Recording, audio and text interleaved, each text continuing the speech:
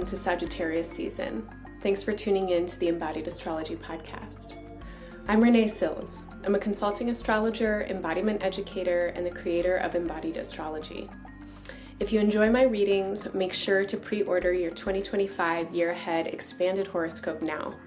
The Embodied Astrology yearly forecasts for each sign go in-depth with the most important transits, offering embodied suggestions for making the most of the opportunities and working skillfully with the challenges. A special treat for the 2025 readings will be sign-specific meditations that accompany your forecasts. You'll be able to use them throughout the year to increase and deepen your alignment with the upcoming year's transformative influences. You might also be interested in your 2024 annual reading, which still has lots of important information for the near and far future and prompts to reflect on the past. The 2024 readings are now discounted by 75%, and you can pre-order your 2025 readings or access this year's reading by clicking the link below. Embodied Astrology is much more than horoscopes and podcasts. It is actually a movement that is full of people who are interested in the ways that astrology can help us more deeply embody our earthly and universal intelligence.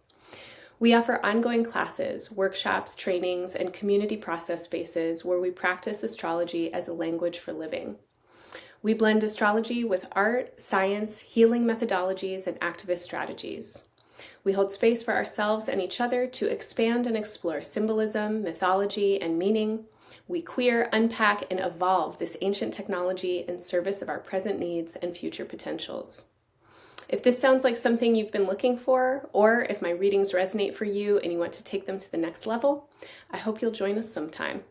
Stick around after your horoscope, and I'm going to tell you more about some of what we offer, how we work, and why I think embodied astrology is a great space for you too. If this work benefits you and you want to help me keep giving these monthly readings for free and help us keep all of our offerings available with financial accessibility and sliding scale, please take a moment right now to like, follow, and subscribe to our channels. This is the #1 way you can help us grow. This season's horoscopes are intuitive offerings for each sign of the zodiac. I hope that they serve and support you in some way. Listen for your sun, moon, and rising signs, and remember that not everything is for everyone, so take what works, leave the rest, and make the meaning that's most meaningful for you. Thank you so much for being here, and now, onto your horoscopes. Hello, Gemini. Welcome to Sagittarius season. I bet you know that Sagittarius is your opposite sign, and it is very tempting in this earthly life of apparent duality where we have night and day and life and death and gravity and levity. It is very tempting to believe that what is opposite of us is totally opposed, is completely different, and definitely not us. But that would be a mistake, because the actual truth is that we live in a non-dual everythingness and a brilliant manifestation of holistic complexity. An apparent opposition or polarities are actually two sides of the same coin, like a seesaw. One goes up, the other goes down. And when in astrology we're working with opposition, we often are working with the tendency to move back and forth and back and forth and back and forth and back and forth, but the need to find balance. And balance actually is kind of tense. Balance is not a static state. It spirals around its own center. And if you imagine a seesaw, right, you're on one side, your best friend is on another, and you want to hover in the middle, that hovering requires a deep embodied attunement. And you know you're going to fluctuate a little bit. There's going to be a little bit of an up and a little bit of a down. And you're going to have to be so sensitive to when somebody's body weight shifts a little bit forward or a little bit back. And you're going to have to be in a dance with it. And balance is a dance. So In Sagittarius season, we have an amplification and illumination of your polarity, your opposites.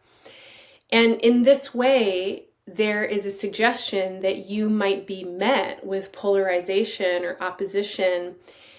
And what meets us better in polarity and opposition than other people? Other people are wonderfully equipped to make us feel opposed and polarized. And we are certainly living at a time where there's a lot of polarization and opposition, divisiveness and conflict.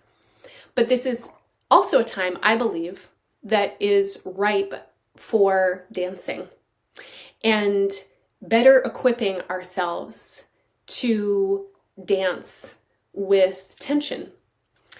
So as Sagittarius season gets going, I would love to invite you to pay attention to the ways that you feel the dynamics inside of your relationships, and notice attraction and aversion. What brings you towards another person and what compels you to move away. Notice the tension of disagreement, or even the kind of stronger sensations than disagreement that might feel like hatred. It might feel like a really intense opposition. And if you're finding yourself saying things like, well, those people, or that kind of person, that's an opportunity to notice the sensation that accompanies those kinds of thoughts, because that sensation does something inside of you, and it does some really important things. So on one level, it brings you towards your own identity in some really important ways. When we feel opposed and polarized with other people or other kinds of people, there is then an amplification of who we think ourselves or know ourselves to be. But the temptation often is to make things binary, to make things black and white. And I know that I'm totally guilty of this. I think probably every human being has this habit. I think it's part of how we function and survive, but it's also something we have to work with in order to mature. The tendency to totally blanket judge other people and then ourselves, right? So like we're like, oh, those kinds of people are like that. And that means that my kind of people are like this. And in that, we make monoliths of people and groups of people. We paint ourselves and others as a solid kind of hue, and that is not reality. The reality is that everybody is complex. Everybody is made of multitudes, and we all have the capacity actually to be the kinds of people that we think that we're not. So if you find yourself in positions where you're like that person, notice what it does in your own somatic experience, in your body, mind, and in your psychology. Notice what it shows you about who you are and what you value, what's important to you, because that's something to really build and to strengthen. But notice how it also functions to obscure the parts in your own psyche that might actually resonate similarly to the person or the idea or the group of people that you're saying you're not. And then allow yourself, just as an experiment, to imagine what else those people are or could be. And I'm going to say the same thing for attraction. So if you find yourself totally compelled to another person, the feeling of attraction can also really blanket something. I'm sure you've never felt like this, but I know that I have, and I bet another Gemini has. So maybe this part isn't for you, but it's for somebody out there. The feeling of seeing someone or meeting them and being like, oh my God, they're amazing, they're perfect, they could do no wrong, right? And we cover them in a blanket of our projected fantasy. And in that, there's also something that we don't see about ourselves, because often when we're attracted really strongly to other people, we are looking for something that we want in ourselves. And sometimes the strongest attractions can actually be the most destabilizing, because we project onto other people what we maybe think that we don't have or we really want. And oh, if I'm with them, then I'll have it. Then that part of me will get boosted or stronger or something like that. So if you're feeling really attracted and really compelled and like, oh my God, this is so exciting, notice the feeling of that. What does it do to you in your body? And how does it work through the channels of your mind and your consciousness in ways that might lead you to not see some aspects of who you are? And also, by the way, obscure some aspects of who that other person is, because for sure, they're not all great all the time, because they're a person and they're different than you and they're different than what you want them to be, and they will disappoint you. They will show you parts of themselves that are not totally, in alignment with what you think is so great about them. And so in the bodily feeling of attraction and aversion, what happens in opposition, what I hope that you can feel is that either way, it leads you off balance. And so if you are strongly recoiled and averse, then the withdrawal or the bracing also tips you off of your own center, your axis. It gets you off balance. If you're strongly compelled and attracted and you just really want them, it also leads to imbalance. And so this is a season that is asking you to tune in with balance and to tune in with relationships. And Sagittarius season is a season that is totally shaped and held by the influences of retrogrades, including a retrograde of Mercury, your ruling planet, in Sagittarius, while Sagittarius's ruling planet Jupiter is simultaneously retrograde in Gemini, in your sign. So we have a mutually receptive retrograde influence that's happening, and that is a great recipe for stuff coming up in relationships that could potentially invite you to dance. And one of my favorite ways to explore balance, and I learned this when I was teaching movement, and you might be familiar, with like a yoga pose called tree pose, right? Where you stand on one leg and you put your other foot on the inside of your standing leg. And people do that pose and they try and balance. and a lot of teachers will be like, find a point to fix your eyes, and like root down to rise up. And there's all this language about balancing strong. But I don't remember who it was who said this to me at one point. They said, see how far you can get imbalanced. How far can you reach out of your own kinesphere? Try and knock yourself off balance. And I'm doing it right now, right? Like the experience of that, first of all, felt way more playful and less serious, and everybody's face changed, because when we're in that position of like, I'm gonna hold the balance pose, everybody's eyes get hard, everybody's jaw clenches, right? And then as soon as you're like, well, could I knock myself off balance? People are laughing. And it's actually surprisingly hard. When you try and balance, it is really easy to fall off balance because your body is rigid. But when you actively look for the boundaries of your own capacity, you often find that, oh, your body is actually adaptable and fluid, and we can call ourselves back to center. So the feeling that I have for you is that this is a time to dance in the ways that you feel polarized and opposed. And that there is something that you are learning here about being in the world right now. And that this is one of the main lessons of Sagittarius season, is how to soften and have a good time when you feel rigid and uptight and polarized and or totally compelled and attracted in a really strong way. And it might lead you to lose your own center.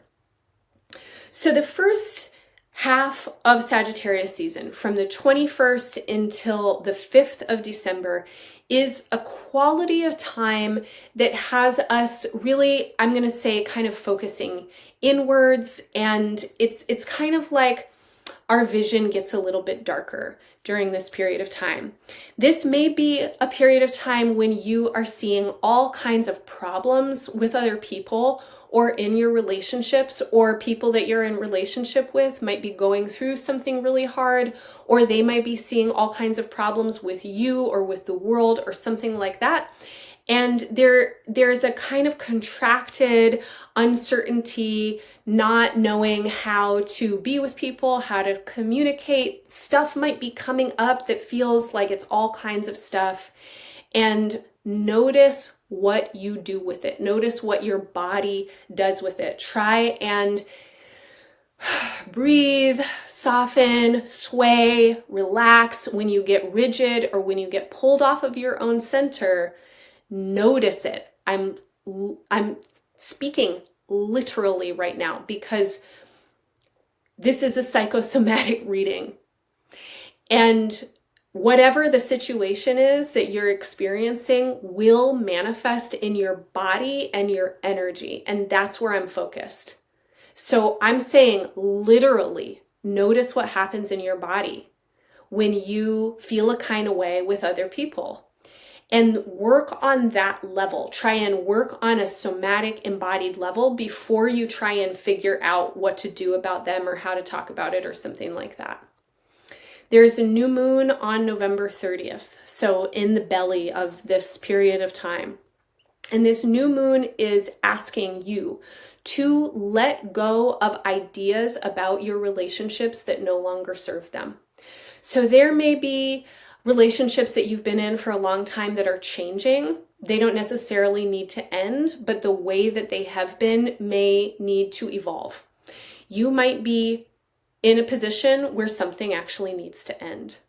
You might be changing, and the ways that you want to be in relationship are changing, and you're noticing that you have had habits and patterns in relationships that you don't want to continue anymore. So this is a new moon to be with what is ready to let go in the landscape of your relationships. This is a period of time in which you benefit actually from focusing on the problems. Don't get myopic about it. Don't be absolutist. There are more to the people that you're relating with than problems, but this is a good time to notice like what isn't working and then to offer it back to the earth, like really in a conscious way. Make some kind of ritual or gesture or journal or therapy session about letting go of what isn't working anymore. And then in the second half of Sagittarius season, we are building towards the full moon in Gemini. And the full moon happens the same day that Mercury, your ruling planet, stations direct. So 15th of December, it feels like there is a readiness now to integrate some of what you have been trying to process over the last several weeks, if not a little bit longer than that. I think a lot of you are having some big aha moments about who you are, what you stand for, what you want, and what you need. This is a period of time that wants to contribute to your growth. It is asking you to focus on the future. What are you trying to build? And how are you building with others? And if you have been trying to go somewhere in your life, but you have relationships that can't really go there with you, this is a period of time that allows you to clarify that and make necessary adjustments. Now, on December 5th, we also have Mars stationing retrograde in Leo. And Mars will be retrograde until the end of February. And this retrograde is moving back into the sign Cancer, which is the sign that comes right after yours. This is a retrograde that is pulling a lot of focus onto your communication, and particularly the ways that you are able to communicate about your needs and your desires, as well as your values. Important questions in your relationships are coming up right now around resonance. Are your needs and desires able to be met by the people who you're relating with, and vice versa? Do your values align? This is a period of time on Earth when people's values and value systems are really being highlighted. We can learn to get along with people who have different values than we do, but if our values harm each other, then there needs to be some kind of shift in the agreements around proximity and entanglement and commitments if those values cannot change. And what's coming up for me as I'm tuning in with your chart is a need for you to reassess the ways that you are orienting towards your relationships. What are the values? What are the needs? What are you investing? What do you have to give? And also, what do you need to receive? And this is an influence that's going to continue again over the course of the next several months. And I'll continue talking to you about it. But as we move out of Sagittarius season and into Capricorn season, really from that full moon on December 15th, pay attention to what is becoming clear to you about your interpersonal dynamics and the ways that you get pulled off balance, as well as the ways that you come back to yourself. And the last thing that I'm going to say is that how you can one of the ways that you can most effectively come back to yourself right now and find your own center is to orient yourself to your reason why. Your bigger picture that encompasses all of your relationships and is also beyond them. Remember that everybody is here on their own path, and you are too. Our paths are like threads in a tapestry. We are interwoven with each other, but you also really need to stay true to you right now. And the more that you can align with the greater principle of your spirit and in your life, the more clear it will be to you what kinds of agreements you need in the relationships that you are cultivating, beginning, and maintaining. All right, Gemini, I'm going to leave it there. I hope any or all of that feels helpful and supportive to you. I'm wishing you all the best in Sagittarius season and beyond. Bye for now. Thanks for listening to your Sagittarius season reading. If this horoscope resonated for you, please show your support by liking, following, and subscribing, and by sharing this work with your friends and community. I also hope you'll consider working more deeply with us at Embodied Astrology.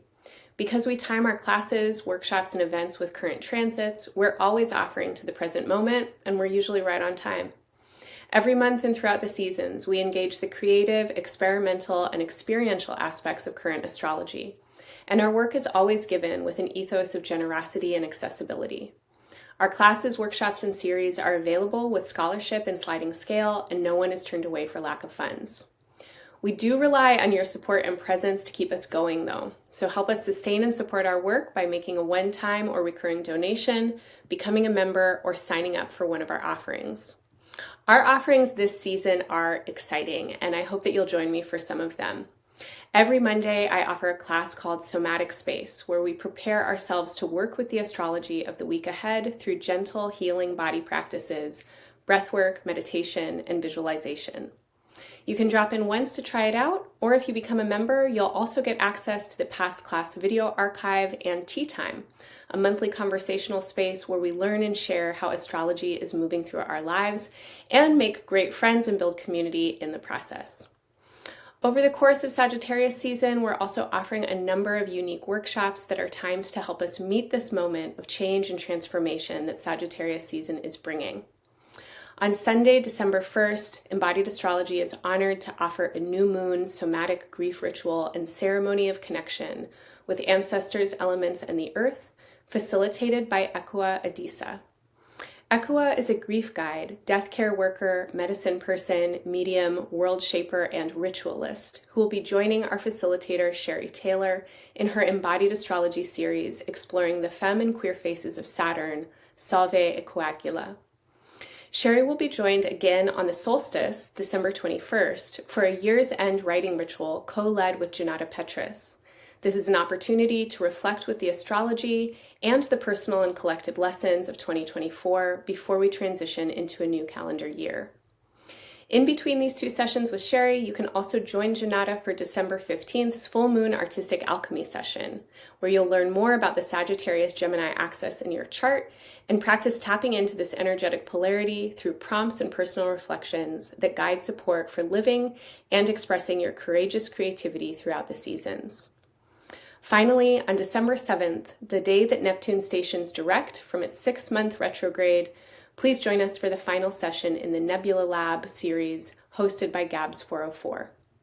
Over the past 6 months, the Nebula Lab has been a place where we've been learning about Neptune's current transit in the last degrees of the zodiac through art, culture, media, embodiment, history, and technology. In this culminating session, Gabs is joined by Danny D'Amelia.